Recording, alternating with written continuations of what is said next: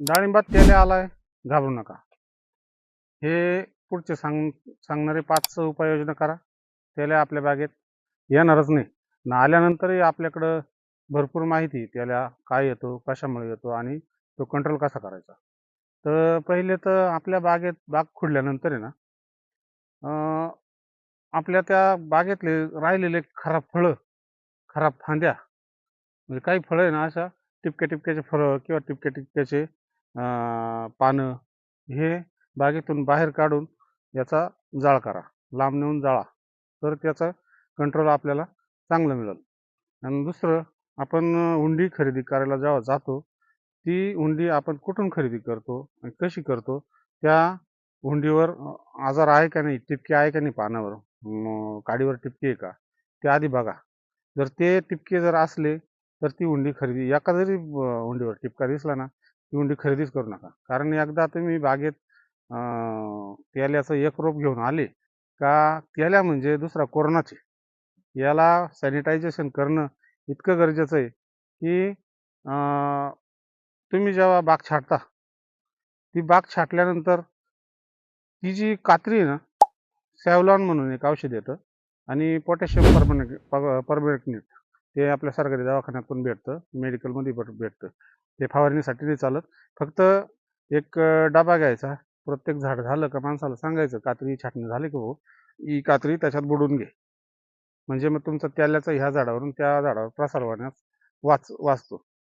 आणि राहिलं परत एक गोष्ट, एखाद्या तेल्याच्या बागेत आपण चक्कर मारला, त्या बागेत एखाद 2 झाडं असलं ना, तर शक्यतो बाहेरूनच आपल्या बागेत येताना हात पाय व्यवस्थित धुवून आपल्या बागेत प्रवेश करा.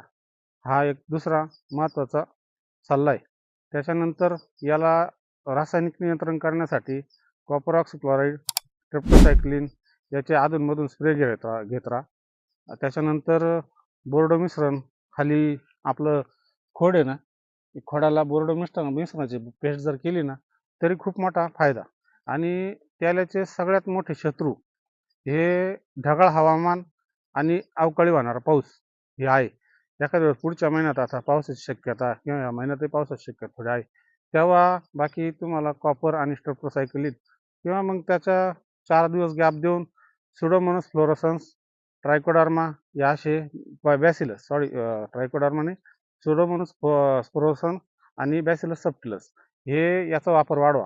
ढगाळ वातावरणात त्याचे जर स्प्रे दिले, आणि हे बॅक्टेरिया जे आहे ना, बुरशी बॅक्टेरिया, ह्या शक्यतो संध्याकाळच्या वेळेला फवारण्याचे घ्यायचे आहे. तुम्ही 10 दिवसाला 15 दिवसाला एक बॅक्टेरियाची स्प्रे जर गेला ना, सुडोमोनास बॅसिलस, तर 100% तुमच्या बागेत त्याला येणारच नाही. आणि आता विषय पुढचा पाहू, का त्याला आल्यावर काय करायचं. आल्यावर तुमच्या बागेत जे खराब फळं आहे, एक तर जर डायरेक्ट फळावर तुमच्या लिंबाच्या पुढच्या आकाराचं फळ आलं का, तेव्हा तुमच्या बागेवर त्याला जास्त अटॅक करतो. ही गोष्ट लक्षात ठेवा. तेव्हा तेल्याचं ते फळं आहे ना, इथं बाग त्यावेळेस सोडून दिलं तरी चालते, फळं खुडून पहिले ते बाहेर काढा. त्याला म्हणजे काय आहे,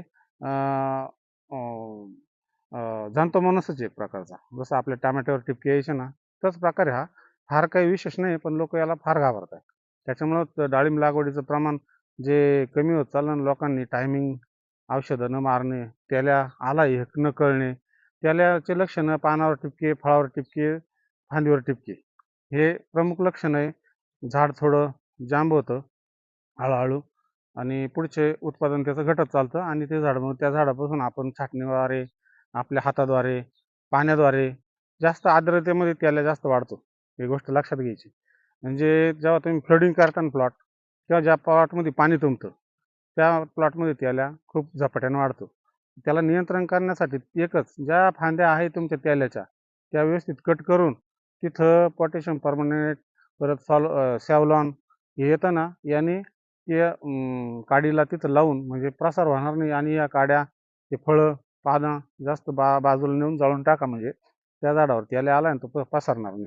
ही गोष्ट लक्षात ठेवून त्याला आल्यानंतर त्याला जास्तीत जास्त कंट्रोल जर तुम्हाला जैविकवर जायचं असेल ना, तर तुमच्या बागेत तेल्या नाही, तसपासूनच तुम्ही जैविक नियंत्रण चालू करा. सुडोमोनास बॅसिलस सबटिलस हा जमिनीमध्ये सुद्धा सुप्त अवस्थेत राहतो बऱ्याच दिवस. तर तुम्ही सुडोमोनास फ्लोरोसन्स, बॅसिलस सबटिलस या बॅक्टेरिया एकरी 2-2 लिटरच्या ड्रिंचिंग मधून अजून करीत राहिलं पाहिजे. पावसाळ्यात तर मी तर म्हणतो याचा भरपूर वापर ठेवा, वरून फवारणीद्वारे बी आणि खालून बी.